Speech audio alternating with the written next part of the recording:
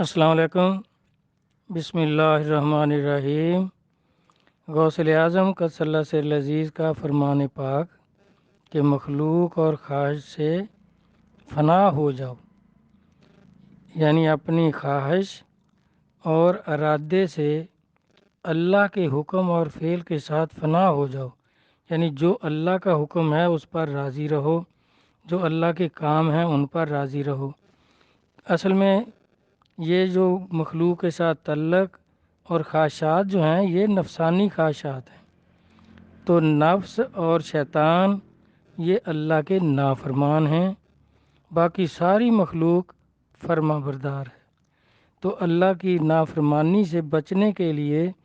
وہ اس کو مخلوق اور خواہش کے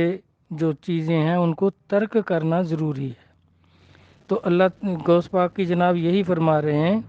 پھر کہتے ہیں کہ مخلوق سے فنا ہونے کی علامت کیا ہے؟ اس کی علامت یہ ہے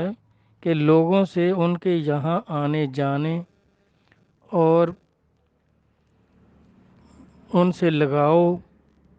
اور یہ سب چیزیں، نا امیدی، ان سب کو چھوڑ دو۔ اپنی خواہش سے فنا ہو جانے کی علامت یہ ہے کہ حصول نفع، یعنی مجھے نفع ہو اور جو نقصان ہے وہ دور ہو جائے، ان سب چیزوں کو چھوڑ دو، اللہ پر چھوڑ دو کہ نفع دیتا ہے تو اللہ، نقصان کرتا ہے تو اللہ، یہ سب چیزیں اللہ پر چھوڑو گے، اس کے ارادوں پہ، اس کے فعل پہ راضی ہو جاؤ، اس کی رضا پہ راضی ہو جاؤ، تو پھر آپ سیدھے راستے پہ ہیں، طریقت کے راستے پہ ہیں۔ تو پھر چاہیے کہ تو اپنے نفس میں اپنے لیے جنبش نہ کرے، یعنی نفس میں ارادہ ہی کوئی پیدا نہ ہو، اور اپنے نفس پر اپنے نفع کا اعتماد نہ کرے کہ جس طرح نفس کہتا ہے کہ یہ کاروبار کروں گا تو اس میں نفع ہوگا اور دوسرا کرے گا تو اس سے نقصان ہوگا۔ تو اس طرح نفع اور نقصان کو اپنے سے دور نہ کرے اور اپنے نفس کی مدد نہ کرے، بلکہ سب امور خدا کو سونپ دے۔ یہ اس لیے کہ اللہ ہی ہے جو پہلے بھی ان امور کا ذمہ دار تھا اور اب بھی رہے گا، جس طرح کہ سب چیزیں اس حال میں اسی کے ذمہ تھیں جبکہ تو ابھی ماں کے پیٹ میں چھپا ہوا تھا یا ہنڈولے میں شیرخوار بچہ تھا۔ اپنے ارادے سے خدا کے فعل میں فنا ہو جانے کی علامت یہ ہے کہ تو کسی مراد کا قصد نہ کرے اور تجھ میں کوئی آرزو، کوئی حاجت اور کوئی مطلب و مدعا باقی نہ رہے، اس لیے کہ تو ارادہ خدا کے ساتھ ارادہ غیر خدا کا قصد نہ کرے، بلکہ اللہ کا فعل تجھ میں جاری ہو۔ پھر تو اللہ کے ارادہ و فعل کے وقت بلا حرکت اعضاء، قلب مطمئن، فراخ و کشادہ سینہ، روشن چہرہ، باطن آباد اور خالق کے تعلق کے سبب تمام چیزوں سے بے پرواہ ہو جائے گا۔ دست قدرت تجھے پھرائے گا، زبان قدرت تجھے پکارے گی اور پروردگار عالم تجھے علم سکھائے گا، خلعت نورانی اور لباس معرفت پہنائے گا، تجھے سلف صالحین، عارفین اولین کے مقامات، عارفین اولین کے مقامات پر پہنچائے گا۔ پھر تو ہمیشہ دل شکستہ رہے گا اور تجھ میں خواہش و ارادہ کچھ باقی نہ رہے گا، جیسے کہ ٹوٹے ہوئے برتن میں پانی اور میل کچھ نہیں ٹھہرتا۔ اب تو اخلاق بشریت سے پاک ہو جائے گا اور تیرا دل اللہ کے ارادہ کے سوا کسی چیز کو قبول نہ کرے گا۔ اس وقت کرامات و تصرفات کی نسبت تیری طرف کی جائے گی، پس یہ تصرفات فعل و حکم میں ظاہراً تو تجھ سے دیکھے جائیں گے، لیکن حقیقت میں وہ خدا کا فعل اور ارادہ ہوں گے۔ اس کے بعد تو ان شکستہ دلوں کے زمرہ میں شامل کیا جائے گا جن کی خواہشات نفسانی اور ارادہ بشری ٹوٹ چکے ہیں۔ پھر از سر نو ان میں ارادہ ربانی اور روزمرہ کی خواہش پیدا کی جائے گی، جیسا کہ نبی کریم صلی اللہ علیہ وسلم ارشاد فرماتے ہیں کہ تمہاری دنیا سے 3 چیزیں میری طرف محبوب کی گئی ہیں، خوشبو، عورت اور آنکھوں کی ٹھنڈک نماز میں۔ ان اشیاء کی نسبت آپ کی طرف خواہشات کے نکلنے اور دور ہونے کے بعد کی گئی۔ اللہ تبارک تعالیٰ نے فرمایا، میں ان کے پاس ہوں جن کے دل میری وجہ سے شکستہ ہیں، بس اللہ تعالیٰ تیرے پاس نہ ہوگا جب تک تیری سب خواہشیں اور تیرے سب ارادے ٹوٹ نہ جائیں۔ جب سب کچھ ٹوٹ جائے اور تجھ میں کچھ باقی نہ رہے اور ذات باری تعالیٰ کے سوا تو کسی شے کے قابل نہ رہے، تو پھر اللہ تعالیٰ تجھے نئے سرے سے پیدا کرے گا اور تجھ میں نئے ارادے پیدا کرے گا، اور تو انہی ارادوں سے ارادہ کرے گا، یعنی اللہ کے ارادے پیدا ہوں گے۔ جب تجھ میں اللہ کا ارادہ پیدا ہو جائے گا تو اسے بھی تیرے تزکیہ کامل کے لیے اللہ تبارک تعالیٰ توڑ دے گا، تو شکستہ دل پھرے گا، پھر اس طرح تجھ میں نیا ارادہ پیدا کرتا اور اس میں تیرا تعلق پائے جانے کی وجہ سے اس تعلق کو توڑتا رہے گا یہاں تک کہ تقدیر اپنی مدت کو پہنچ جائے، پھر دیدار حاصل ہوگا۔ حدیث قدسی ہے، میرا بندہ مومن عبادات نافلہ سے ہمیشہ میری نزدیکی چاہتا ہے یہاں تک کہ میں اسے دوست کر لیتا ہوں۔ جب دوست کر لیتا ہوں تو اس کا کان ہو جاتا ہوں جس سے وہ سنتا ہے، آنکھ ہو جاتا ہوں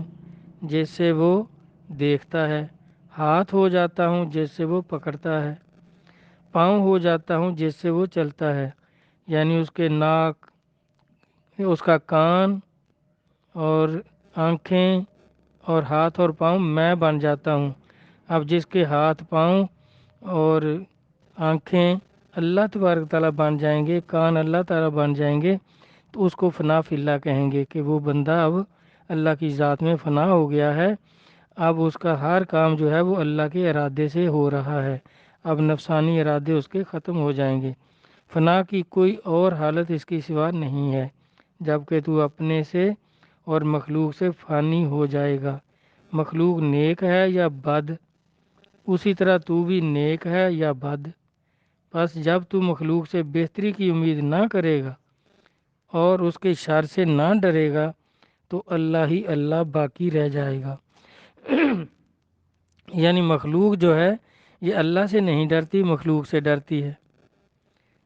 اسی طرح ان سے امیدیں رکھتی ہے کہ وہ میرے ساتھ خیر کریں، بہتری کریں۔ تو جب یہ سب چیزیں نکل جائیں گی تو پھر تو تیرے میں اللہ کے ارادے پیدا ہوں گے، انہی پر تو عمل کرے گا اور مخلوق سے نہیں ڈرے گا، اور پھر یہ سمجھے گا خیر اور شر جو ہے اللہ ہی کی قدرت میں ہے، اور اللہ تجھے قدر کے شر سے بے خوف کر دے گا، یعنی یہ نہ اللہ کر دیں، وہ نہ کر دیں، یعنی تقدیر سے جو آدمی ڈرتا رہتا ہے کہ کبھی کوئی خرابی نہ آ جائے، تو اس سے بھی پھر بے خوف اللہ تبارک تعالیٰ کر دیں گے اور خیر کے دریا میں تجھے ڈبو دیں گے کہ اب خیر ہی خیر ہوگا، پھر تو ہر خیر کا محل، ہر نعمت و سرور، خوشی، نور و ضیاء، امن و آرام کا سر چشمہ ہو جائے گا، یعنی تجھ سے ہر وقت خیر کے کام ہوں گے، ہر وقت تیری نعمتیں جو ہیں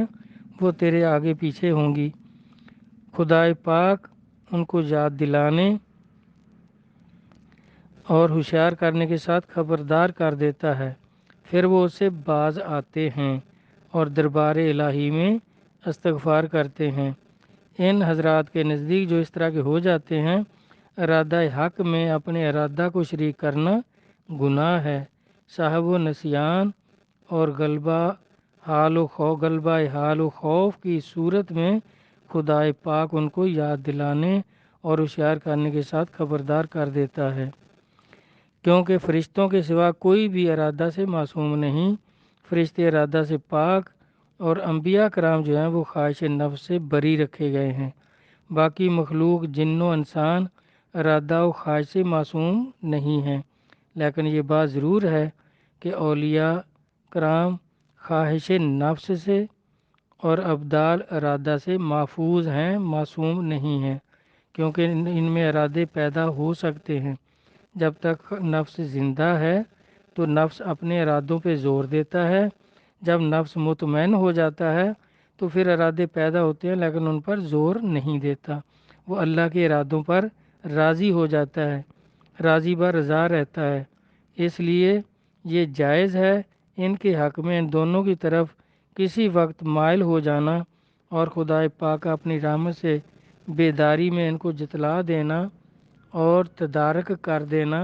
یہ اللہ تبارک تعالیٰ فرماتے رہتے ہیں اس طرح کہ اس میں اگر کوئی ارادے پیدا ہوتے ہیں تو اس کی حفاظت کرتے ہیں۔ تو اللہ تبارک تعالیٰ بزرگان دین کے کلام کو سمجھنے کی توفیق عطا فرمائے، آمین۔ اللہ حافظ۔